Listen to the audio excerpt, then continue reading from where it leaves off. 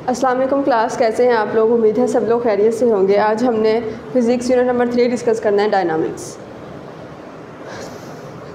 Dynamics हमने previous chapter पढ़ा था, यूनिट नंबर 2 काइनेमेटिक्स। काइनेमेटिक्स और डायनामिक्स जो हैं दोनों वो मैकेनिक्स की ही ब्रांच हैं। काइनेमेटिक्स में हमने कहा था कि मैकेनिक्स की ऐसी ब्रांच है जिसमें हम किसी भी ऑब्जेक्ट की मोशन को स्टडी करते हैं लेकिन उसका कॉज जो है वो डिस्कस नहीं करते। तो आज हमने इसकी नेक्स्ट ब्रांच देखनी है, डायनामिक्स।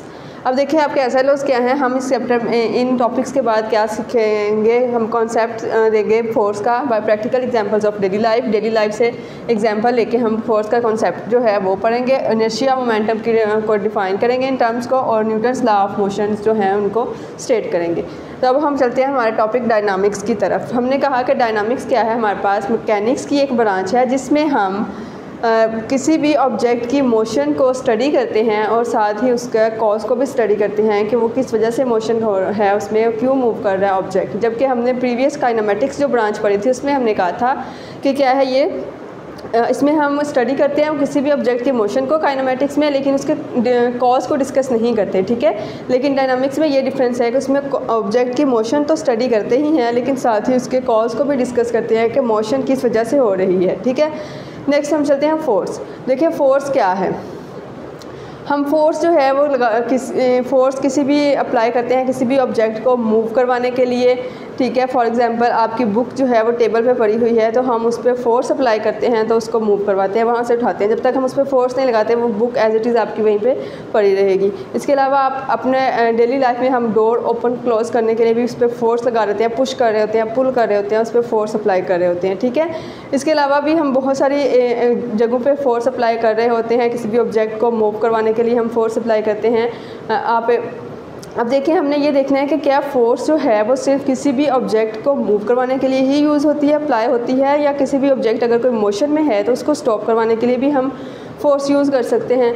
तो ऐसा ही है, हम किसी भी सिर्फ ऑब्जेक्ट को मूव करवाने के लिए फ़ोर्स यूज़ नहीं करते बल्कि हम ऑब्जेक्ट को स्टॉप करवाने के लिए, अगर कोई ऑब्जेक्ट मोशन में है उसको स्टॉप करवाने के लिए भी हम उस पर फोर्स अप्लाई करते हैं, ठीक है। तो फोर्स क्या है, मूव करती है या फोर्स इज़ फोर्स मूव्स और टेंड्स टू मूव, स्टॉप्स और टेंड्स टू स्टॉप, ठीक है। फोर्स मूव करवाती है किसी भी ऑब्जेक्ट मोशन की, बॉडी की मोशन को स्टॉप करवाती है, या अगर वो स्टॉप है तो उसको मूव करवाने के लिए हम फोर्स अप्लाई करते हैं। अब देखें अगर आपकी जैसे मैंने कहा कि अगर कोई भी आपकी वॉल है आप उसको पुश और पुल करते हैं मूव करवाने के लिए, लेकिन आपका जो डोर है वो पुश और पुल करते हैं, हम उसको भी उस पर फोर्स लगा रहे होते हैं। बुक आपकी टेबल पे पड़ी हुई है उसको भी हम उस पर फोर्स अप्लाई करते हैं तभी वो उस जगह से मूव करती है, वरना वो एज इट इज़ उस पर रेस्ट में पड़ी रहेगी टेबल पर, ठीक है। इसी तरह से आप देखें आपका फुटबॉलर जो अब आपके फुटबॉल को किक करता है तो गोल कीपर उसको स्टॉप करता है, उसकी मोशन को स्टॉप करता है, ठीक है। तो इसका मतलब है कि फोर्स जो है वो हम मूव करवाने के लिए भी और स्टॉप करवाने के लिए भी यूज़ करते हैं किसी भी बॉडी को। उसके अलावा फोर्स जो है आपके पास वो किसी भी ऑब्जेक्ट, किसी भी बॉडी की मोशन की डायरेक्शन को भी चेंज करती है।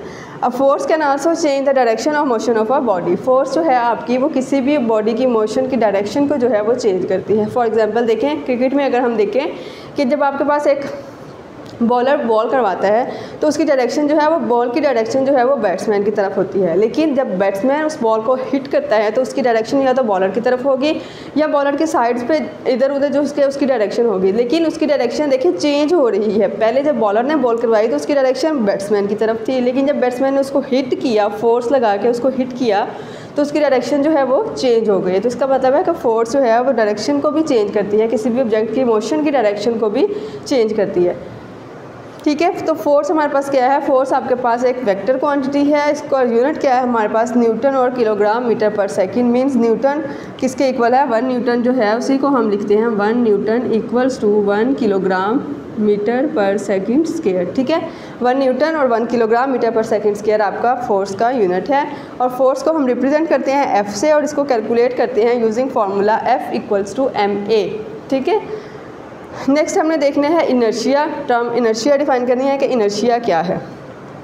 अब हमारे पास एक साइंटिस्ट था गैलीलियो ने ये कहा, ऑब्ज़र्व किया था कि लाइटर ऑब्जेक्ट्स जो हैं आपके उनको स्टॉप करवाना या उनको मूव करवाना इजी है देन हैवियर ऑब्जेक्ट्स। मीन्स अगर कोई ऑब्जेक्ट इसका लाइट ऑब्जेक्ट इसका मैस कम है उसको अगर आपने स्टॉप करवाना है या उसको मूव करवाना है तो ईजी है बजाय हैवियर ऑब्जेक्ट के, ठीक है।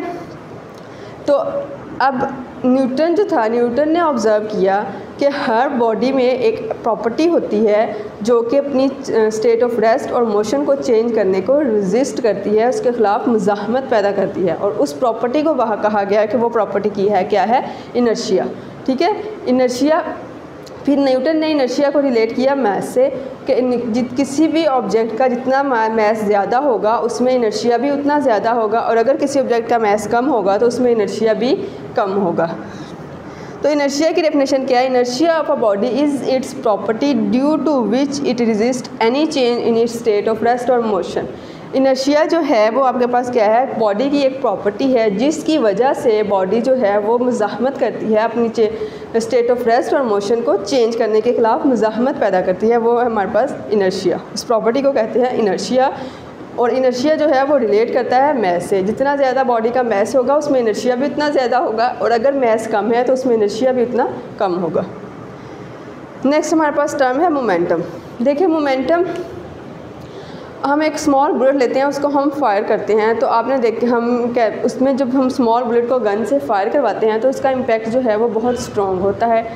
इसी तरह अगर आपका हैवियर ट्रक है, ठीक है, हैवियर ट्रक जो है आपका वो मूव कर रहा है तो उसका भी आपका इम्पैक्ट जो है वो बहुत स्ट्रॉन्ग होगा। ऐसा क्यों होता है? मोमेंटम की वजह से आपका बुलेट का भी जो हम फायर करवाते हैं और आपका जो है ट्रक, हैवियर ट्रक, उसका भी इम्पैक्ट जो है वो स्ट्रॉन्ग होता है।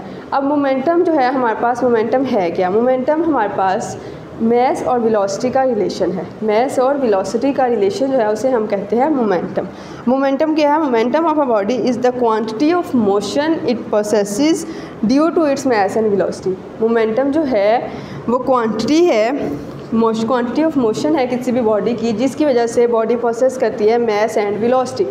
पी से रिप्रेजेंट किया जाता है आपका मोमेंटम को, और पी किसके इक्वल होता है? एम वी के। ठीक है, अब देखें जो हमने कहा कि बुलेट जो है उसका मोमेंटम ज़्यादा होता है जिसकी वजह से उसका इम्पैक्ट ज़्यादा है, और इस तरह हैवियर ऑब्जेक्ट जो है उसका भी मोमेंटम ज़्यादा है तो उसका भी इम्पैक्ट स्ट्रॉन्ग होता है। अब बुलेट अगर हम देखें, स्मॉल बुलेट होती है लेकिन उसका मैस बहुत कम होता है लेकिन उसकी वेलोसिटी बहुत ज़्यादा होती है। ठीक है, तो मैस कम होता है लेकिन वेलोसिटी लार्ज होने की वजह से उसका मोमेंटम जो है वो लार्ज होता है, और मोमेंटम लार्ज होने की वजह से उसका इम्पैक्ट जो है वो ज़्यादा होता है। ठीक है, उसके अलावा आपको जो हैवियर ट्रक है, हैवियर ट्रक अगर हम देखें तो उसका मैस बहुत ज़्यादा होता है लेकिन उसकी वेलोसिटी जो है वो कम होती है, तो मैस लार्जर होने की वजह से उसका मोमेंटम लार्जर होगा, और मोमेंटम लार्जर होगा तो उसका इम्पैक्ट स्ट्रॉन्ग होगा। ठीक है, और मोमेंटम जो है आपके पास ये भी वेक्टर क्वांटिटी है, और इसका यूनिट क्या है? इसका यूनिट है किलोग्राम मीटर पर सेकंड। ठीक है, और उसको हम कैलकुलेट किस तरह से करते हैं? इस फार्मूला से हम इसको कैलकुलेट करते हैं, P = mv। इस फार्मूला को यूज़ करते हुए हम मोमेंटम कैलकुलेट करेंगे। ये टर्म्स होगी हमारे पास फोर्स, इनर्शिया, मोमेंटम। नेक्स्ट हमने देखना है कि Newton's law of motion. 3 laws of motion है। सबसे पहले हम देखें Newton's first law of motion क्या है। According to Newton first law of motion, Newton ने ये कहा था फर्स्ट लॉ में कि अगर कोई बॉडी जो है वो रेस्ट में है तो वो रेस्ट में ही रहेगी जब तक हम उस पर कोई भी फोर्स एक्ट ना करवाएं, और अगर कोई बॉडी मोशन में है तो वो मोशन में ही रहेगी, मूव करती रहेगी जब तक कि हम उस पर कोई फोर्स अप्लाई ना करें। ठीक है, फॉर एग्जांपल अगर हम देखें कि आपकी बुक टेबल पे पड़ी हुई है, वो रेस्ट में पड़ी हुई है, वो रेस्ट में ही रहेगी जब तक आप उस पर कोई भी फोर्स अप्लाई ना करें। ठीक है, तो देखिए इसकी statement Newton's first law of motion की, a body continues its state of rest और motion in a straight line provided no net force acts on it. Body जो है वो अपनी स्टेट ऑफ रेस्ट और मोशन को कंटिन्यू रखेगी तब तक जब तक कि हम उस पर कोई भी फोर्स अप्लाई करके उसको स्टॉप ना करवा दें या उसको मूव ना करवा दें। ठीक है, एग्जाम्पल हमने देखी, बुक जो कि आपकी टेबल पे पड़ी हुई है वो रेस्ट पे ही रहेगी जब तक आप उस पर कोई भी फोर्स अप्लाई ना करें। ठीक है, इसके अलावा अगर जब आप एक बॉल को रोल करते हैं तो वो देखें आपको स्टॉप जो है वो नहीं होगी जब तक आप उस पर कोई फोर्स अप्लाई ना करें। अब आपने देखा होगा कि बॉल जो है वो तो स्टॉप हो जाती है, लेकिन वो क्यों स्टॉप हो रही होती है? कुछ अरसे के बाद जब हम बॉल को थ्रो करते हैं तो कुछ अरसे के बाद वो बॉल जो है वो आहिस्ता होते होते स्टॉप हो जाती है। वो किस वजह से? फोर्स ऑफ फ्रिक्शन की वजह से वो स्टॉप होती है।